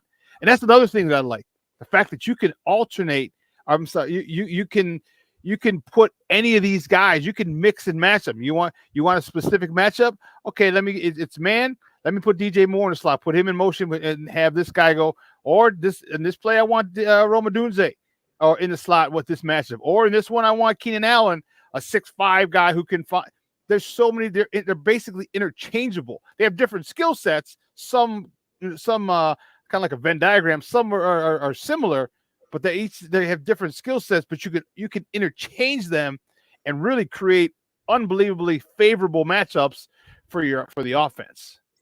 That's going to be something else to watch. I'm glad you brought up motion too, because Shane Waldron's offenses are just, he comes from the Sean McVay tree, all that other stuff. So that offense, obviously, Shanahan, they're founded upon motion. Now, obviously, Sean McVay's changing some of his stuff. He moved from the zone running game to more of a north and south game last year in terms of running attack and stuff like that. But yeah, overall, when it comes to those offenses, they love to use motion. They love to set up those pre-snap matchups, those pre-snap reads, and that's exactly what they need to do for Caleb Williams this year. They've got to use motion. They've got to create those favorable matchups, and like you just said, they have the personnel to do that. You almost want to say that Shane Waldron is under a ton of pressure, but in terms of good pressure, because he has so much at his disposal, it's going to be on him to figure out how to make this work. Obviously, he can do that. He's got the reputation. He's got the experience. But, man, when you look at this offense on paper and the potential, the dynamic is just there. Yeah, it is. And you know what? And as opposed to potential, as opposed to pressure, I think he's looking at it more of an opportunity. Look at the opportunity I have. I might have had some good players back then, in Seattle, but I got some great players here. Not to mention, then I got a defense that I know that I might be able to go, I maybe push the envelope a little bit because of what I have on the defensive side of the ball, because of Torrey Taylor, because of all the things that, the other 2 phases of the game that are really going to complement me. So I really think he's, if I were him, I'd be like, Mr. Smithers, like, you know what I mean? Like that's you got to be sitting up at night thinking and drawing up plays about, how I can get this guy open, how I can scheme this guy. Oh, they better not run this cover 3, they better not run this cover 6 because I got this, and this for you. So I hope he's reveling in the fact that he's got this much talent and is really as anxious as I hope he is to get this done, because that's going to be a really, really interesting season with all the different things and, and break out different packages, for the first couple of weeks, we're going to predominantly use this. Then the next couple of weeks, we're going to predominantly use this. Then the next couple of weeks, we'll probably use this. Then the next couple of weeks, we'll use, a hodgepodge of all of those things. And I think that's what's exciting is that he can do it now, and he can go from power run game to, 3 or 4 wides. And that's the cool part about it. So his job is, I don't want to say pressure filled. I think it's opportunity filled for him. Because if you're off, and they all have egos. All right, he's got to be like, I'm gonna be a head coach after this. Once I get all these guys going and Caleb pass for 3,500 yards plus. Talk to me about the defense, though. Are you okay with the defense, or do you think we're missing one piece? Are you anticipating other guys making a big step forward to cover up some, or to fill in the void that we're needing, like a Gervon Dexter, or maybe a platoon in the right end? How are you feeling about this defense overall? You got to feel great about it overall. I really honestly think the only question marks you have is Gervon, can he take that next step at 3-tech? Because as Eberflus first said when he got hired, 3-tech and middle linebacker in his defense are the engines that make the train go. Especially with a four down lineman defensive line. You've got to have that guy that gets that interior pressure that allows, that frees up the edges for your tackles and stuff. And then, Mr. Sorry if I don't pronounce your last name correctly or just whatever the name is, Ciordi. But, I think, too, the opposite edge position. DeMarcus Walker obviously played some 3-tech. He kicked inside a lot last year. Currently, he's listed on the unofficial depth chart as a starting defensive end opposite Montez. I do think you got to find maybe another defensive end. But, hey, they drafted my dude Austin Booker, like we talked about the last time I was on here. Now, he's a rookie. He's raw, 5th rounder. But he definitely has a chance, especially if you put him in some specialized packages, some obvious passing downs. He has a chance to make some splashes this year. But, I think, man, if Gervon takes that next step, if DeMarcus can, kind of pick it up from where, he kind of trailed off a little last year on that outside spot, I think they'll be in really good shape. But overall, we've got to feel great. It's hard not to feel great about this defense. Talk to me about the Eric Washington effect. Eric Washington is the defensive line coach that they brought in this year, who's extremely unbelievably well respected throughout the league and has a very good reputation for maximizing the potential of his players. You're putting him with a rookie in Austin Booker, who, even if he was a one-trick pony, which he's not, he's more than capable of more. But with that, you're getting him exposed to this type of coaching. DeMarcus Walker, Billings, Dexter. How important is, or how great do you think this defensive line is going to be because of Eric Washington, the Eric Washington effect? Well, going right back to Gervon Dexter and, with Eric Washington, I mean, look at Ed Oliver. Look what he did with Ed Oliver in Buffalo. I mean, turns into a top 10 defensive tackle, within the first few years of playing under Washington. So I think that right there is plenty to get excited about. And then you look what he did with the Panthers for I think he was with the Panthers for 8 or 9 seasons, maybe even longer than that, something like that. But the Panthers throughout, the mid 2010s when they had Cam Newton, they had excellent defensive lines on those teams as well. So, but I really think, you circled the Ed Oliver development, and, Ed Oliver was a first-round pick. Gervon's only a second-round pick. He's not too far behind. There's plenty of talent there, plenty to work with. I think that's what you circle at and pinpoint when it comes to him, and there's plenty to be excited about for that, for sure. Dude, Evan, great stuff, buddy. I really appreciate your time, as always. But before you go, do me a favor and let everyone know where they can find you and your work online. Yeah, man, always happy to be on. But yeah, you can find me at Evan_A2Z, and that's ATOZ. And then you can find me online at A2Zsports.com. We've got all 32 teams ready to go, ripping and roaring. So be sure to check out whatever you want. Dude, I remember when we first started talking, you said you're at 12 or 14 NFL teams. Yep. That's awesome. Dude, great stuff. Have a phenomenal weekend. Any big plans for the weekend? No, just reorganizing my townhome. So yeah, good fun adult stuff, right? Dude, great stuff, man. Again, I appreciate it. We'll talk soon, man. Bear the freak down, dog. Bear the freak down. Yes, sir. Right. Take it easy. Thank you. Guys, that's Evan Winter from A to Z Sports, talking Bears football with me. And he's excited too, and we all should be. All right, we all should be. There's a lot, a lot of excitement, a lot of potential. Okay, a lot of potential for this team, and I'm looking forward to seeing it play out. I'm really liking, Oh, thanks, Evan. Sorry, bear down, Evan. Shorty, he could be. I don't. If it is, it'll be toward the end of the year. Okay. First of all, he's gained. He's been in that weight room. You could tell, which I think is great. But I don't know. You know what? I'll call. I'm going to text Herb and see. I should have done that before camp, because sometimes when you gain weight, it slows you down. Your explosiveness isn't there. All right, you got to get used to the weight. You got to train. You have to train your body to deal with that extra 10 to 15 pounds. Yeah, I don't know how that's going to. I have to talk to Herb, see how that, because if he's able to be as explosive and as bendy, that's another thing. All right, as bendy. He would dip. When I dip, you dip, we dip. He'd get right to the offensive line, and then zoop, boom, dip that shoulder, so you don't get a clean shot at him. If you're able to get a shot at him at all, I hope that's not affected. I hope that part of his game is not affected. Oh, you can put on a lot, man. Yeah. See, and those long, lanky guys like him, you noticed it in his upper body. You'll notice it in his legs too, but they won't go from here to here. It'll go from here to here. All right. But because there's so a lot of on, that's a lot that has, you know what I mean? It gets put on evenly, of course. So because his limbs are longer, he won't be as bulky, but he'll gain some mass. It might not look.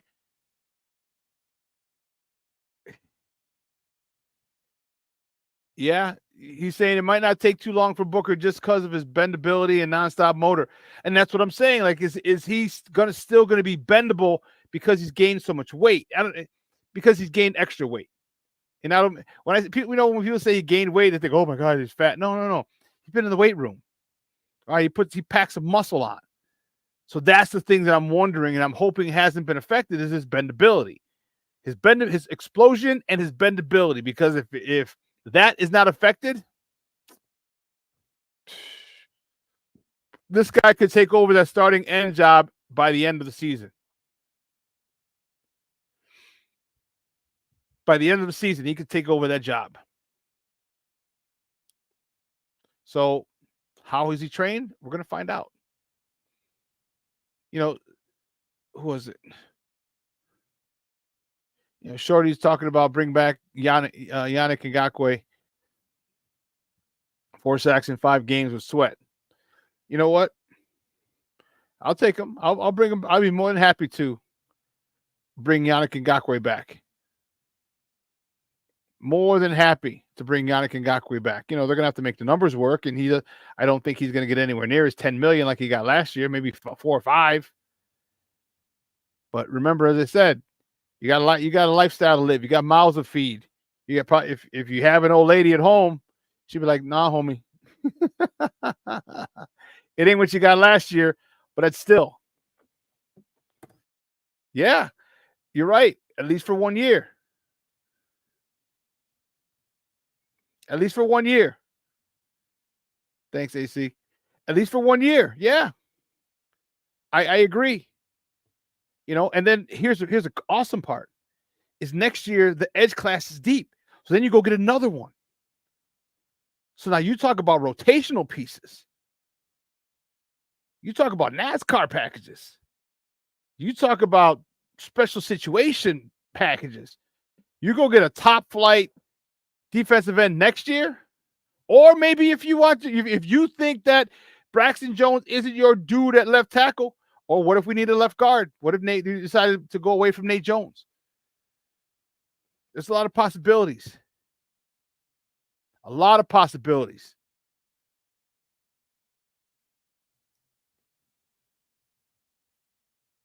I really hope Booker I hope he has some success. I hope he has some success, and I hope he has it not early. Starting like week 3 or 4. All right. Where he not struggles, but he can't get a sack. Quarterback gets the ball out just in time. Has the quarterback his grasp, the quarterback throws it, completes it, hits the check down. He doesn't get a sack, because I don't want him to come on the scene and get 2 sacks, like, oh great, I'm great. No. I want him to continue to work. I want him to continue to keep fighting. I want him to continue to grind and not settle. Because sometimes, and I don't know what kind of guy he is, but sometimes, and this is just to alleviate it, you have success early, you don't work very hard. All right, you think it's that easy. Oh, okay, well, I had 4 sacks. I had 6 sacks. Yeah, I could do it again. No. I want him to struggle a little bit, just like Caleb. I want him to struggle a little bit. All right, I want him to, have to work on a counter move, a secondary move, right? And because what that does is it shows him, okay, I had to put in all this work to get 6 sacks, 8 sacks. Okay, if I put in more work, maybe I can get 10 sacks. And then with Coach Washington, that's why I asked Evan about Coach Washington. Like, what if this guy just keeps him motivated? Coaching is it's imperative that you have good coaching. Because you get a guy and you sit there and who had a good season, and you got to motivate him for the offseason.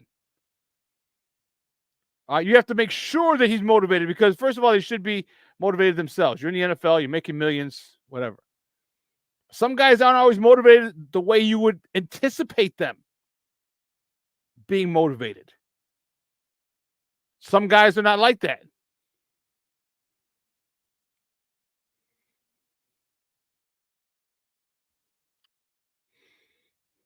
Let's see. Yeah. Says this is Dom Rob's last chance. Maybe he'll rise and meet the challenge. Oh yeah, you're talking. You mentioned it, like D-Rob's first game. Yeah, he got a sack. Remember? Yeah, he got a sack, and it was like, oh man, look what we got. And then he really, and this is what I was saying. Love the kid as a person. Yeah. There will be King Booker World. Every rook will have their humble moments that'll show willpower or no backbone. Yeah. But when you work for it and finally get something, man, you cherish it. And to go get it again, you understand, and you're not afraid to put in that type of work again, if not more, because you want better, so you have to do better. All right, you want more, so you need to put in more work. You need to prepare more. You need to study film more. You need to work on more moves. I need, instead of 2 counter moves, I need 3 or 4 counter moves to this one move. You get addicted to and understand the value of the grind. And that's what I love about playing football. That's what I love. Like, okay, cool. When I played certain teams and I knew how guys would tackle me. All right, because I usually played around 225, and I get a little heavier as the years went on. All right, and so I had to learn, like, okay, this guy, this cornerback, he's always gonna show high and take my legs out. It's like, and duck. Okay, cool. So I had to make sure that when I was ready for him. So if I ever had a breakaway warning or got to the 2nd or 3rd level, and I'm facing this particular cornerback, I know what he's going to do, because he's only 175 pounds. He's not taking me up high. He's not, self-preservation. That's what I want, and I hope for Booker. Because if he can do that, then and become a student of the game, and that's one of the reasons I played so long and had the success that I had, is I became a student of the game. You know, we'd get film, and I'd watch film like, okay, here's what this guy does, here's what that guy does, you know, this, and I knew people's strengths and I knew people's weaknesses. You know, one guy would always come and try and take. I remember one DB would always try to get right pad, get right underneath your shoulder pad, and lift you up. Kind of use your momentum, like you keep going, but it's easy to use your momentum, lift you up, get you off the ground. I was like, okay, cool. So I hit my stiff armed. Like there were, and it's funny, you know, you think that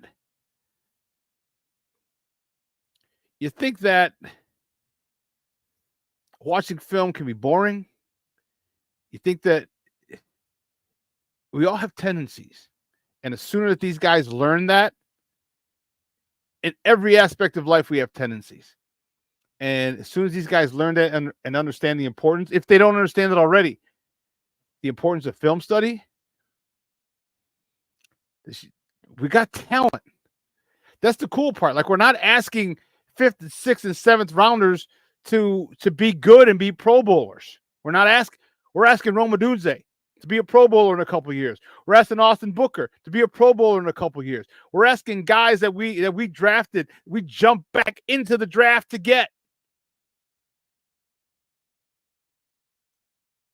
The talent is there. The talent is there. That's the cool part. Is now you're asking talented guys. You got talented guys to perform. It's a whole different story.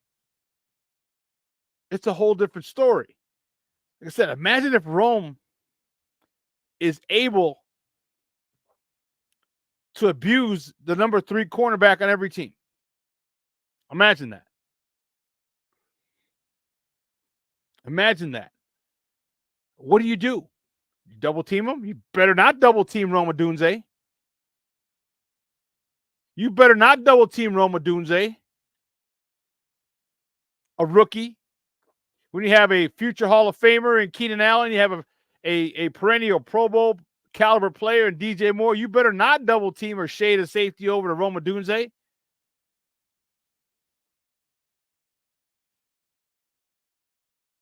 This is what we're dealing with.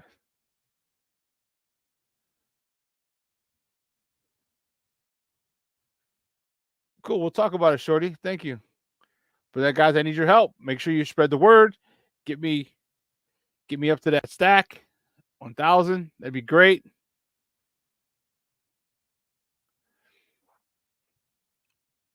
And I'm looking at this defense. I am looking at this defense. My man, Crazy Ace, just checked in from South Korea. Woo! Alfred Lyman just checking in. Good morning, Papa. You and Crazy Ace just checking in. I like it. And that's the thing. I want to see this defense not with swag. You can say swag, cool. I want them on a mission. I want them on a mission where they're going to destroy. Their mission is to seek and destroy everybody.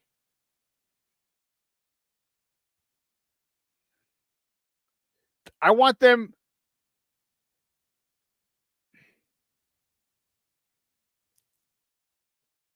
to have no mercy. Damn, 12:46 a.m. Damn, all the way over there. So 12. You're 14 hours ahead of us. Holy jeez. Crazy Ace, thank you for tuning in. I really appreciate it. Here's the mentality that I want this defense to have. And with Coach Washington and Coach Eberflus, I think they can get there. I want them to show teams that they have no chance. Stay on them and don't let up.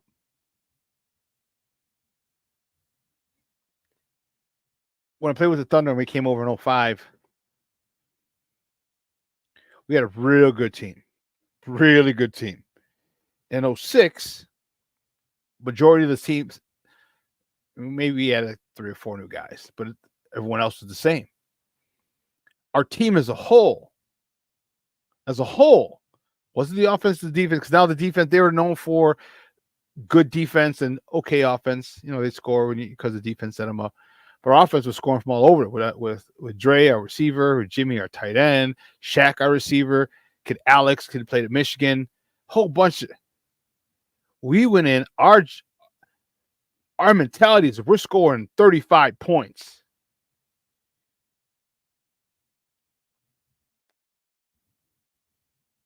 And it wasn't to show off. It wasn't flashy. It was, we want to get our points up early and defeat you mentally. And that's what I want this defense to do. Where there's no way you can do anything. There were games we scored 21, 28 points in the first quarter. 35 at the half. In 2006, when I was the league MVP, I think out of the 10 games we played, my fullback and I sat out a total of 2.5 games. Just not playing in the second half. We're up 35-0, 42-0. Different times. 42-0. We'd run like the first series, score a touchdown, and then we're done. 2.5 games I sat out. Because we went about business methodically. It didn't matter how many friends we had on the other team. It didn't matter how many people we knew on the other team. It didn't matter if the team that we were playing was in first place. It didn't matter if the team we were playing, well, we were in first place, but in first place in the other division. It didn't matter if you were a second place team. It didn't matter if you were a last place team. You're getting the smoke. You're getting all this smoke every single week. And if you can't handle it, that's not our issue. And that's the mentality I want this defense to have. We're coming. If you can't handle it, that's your issue. It's not ours. Which is why the Coach Washington effect, Eric Washington effect, is going to be so huge. Because if you continue to have these guys strive to search for perfection, and you'll land in excellence. Because if this defense does that, and they adopt that mentality, do you understand how many short fields, no pun intended, you're going to leave Caleb Williams? Do you know how many turnovers this defense is going to have? Forced fumbles? House calls on the forced fumbles? The sky's the limit. The sky's the limit. And that's how my team was, and that's why I love the 2, 6, 5, 6, 7, 8, 9. Love those teams. 05, 06, 07, 08, 09. Because when we came out, it was a machine. It was literally a machine. The only time it got turned off was when the second unit went in. And they did their best. And if this defense can do that, because I'll give the offense some time. Toward the end of the year, I want them more definitely next year. But this defense comes out and just shuts people down. I talked about flipping the field with the punter and then causing the team to go 3 and out and a short return, and now you're in a plus 50, or you're on plus side of the field with 3 or 4 guys 6'5" or taller for jump balls. Not to mention the run game.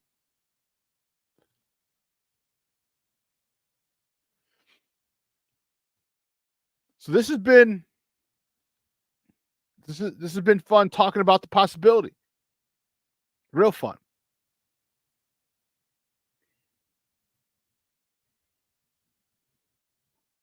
Crazy Ace. Any more from Edmonds, though? We can't have a slow start like Tremaine Edmonds. Yeah. You gave him a lot of money.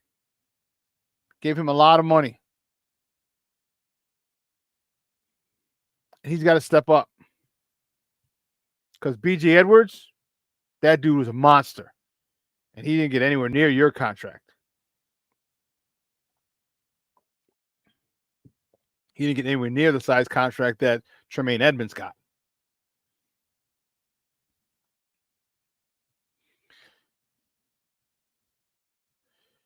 Are you saying Crazy Ace? Like, I hope Dexter has a huge sophomore year. And I don't know if you checked in. No, it was after. So we had. Make sure you go back and check it out, Crazy Ace. We had Evan Winter from A to Z Sports, and we were talking about that. We talked about the Eric Washington effect and how he brings the best out of his defensive line. And we're expecting Dexter to take a huge step, and Pickens as well. Go check it out before this segment. It's before, it's I don't remember what part of the interview it was, but Evan and I talked about that. Yeah, Shorty, it was slow due to the different type of system. Yeah. Yeah. So all in all, I'm super fired up. I'm super fired up. I'd like to see. I can't wait till training camp starts. I hope we get credentialed for training camps. I'll try and be there every week, every day. If we do get credentialed, all right, the show will come at different times. I can't do it from inside House Hall because they just won't let, because they're hooked up with whoever they're hooked up with. But I had to do it outside, or it'd have to be a practice, and we'd have to start looking and considering, changing the time just for training camp. But I digress. That's down the road. That's down the road.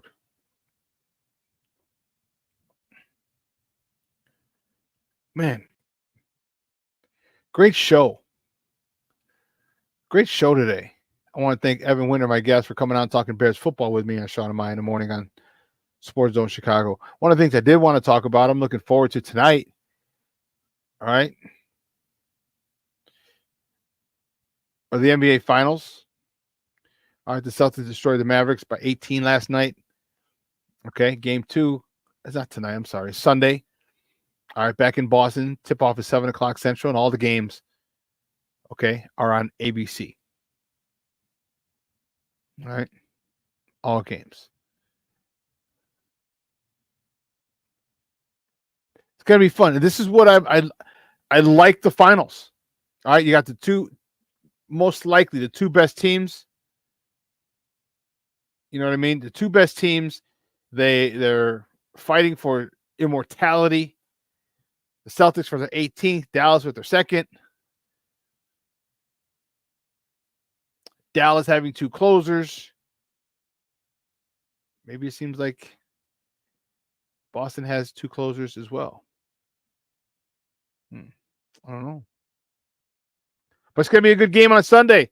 Get your popcorn ready. Get out, go to church, have some brunch, hang out at the patio, rooftop, festival, Puerto Rican festivals. The parade is Sunday. Get back to Humboldt Park, party, dance, drink. Get back by 7 o'clock. Get ready for this game. But listen, 2 hours has come and gone. I want to thank my guest, Evan Winter from A to Z Sports, for coming on, talking Bears football with me. Great stuff as always. All right, and I want to thank our executive producer, Elliot Baez, our social media guy, Clarence Council III, and my co-host in absentia, Maya. Guys, I'm your boy, the SuperBack, Shawn Sierra. Guys, have a phenomenal weekend. It's going to be right around 80 all weekend. All right, enjoy it. Get out there with your family, your friends, loved ones. Get to rooftops, get to patios, get to bars with open windows. Go spend time with your loved ones. Do it. Do it. Highly suggesting it. All right? Highly suggesting it. But I digress. So for everyone here at Sports Zone Chicago, guys, have a great weekend. 12:15, Sydney and Lakeisha, Second City Sports. All right, this will replay tonight at 6 p.m. All right, the Smoke Fellas are on tomorrow morning at 11. Whew, we got a lot going. All right. And I am gonna go pick up the warden. Bye-bye, Lou Bob. Jag.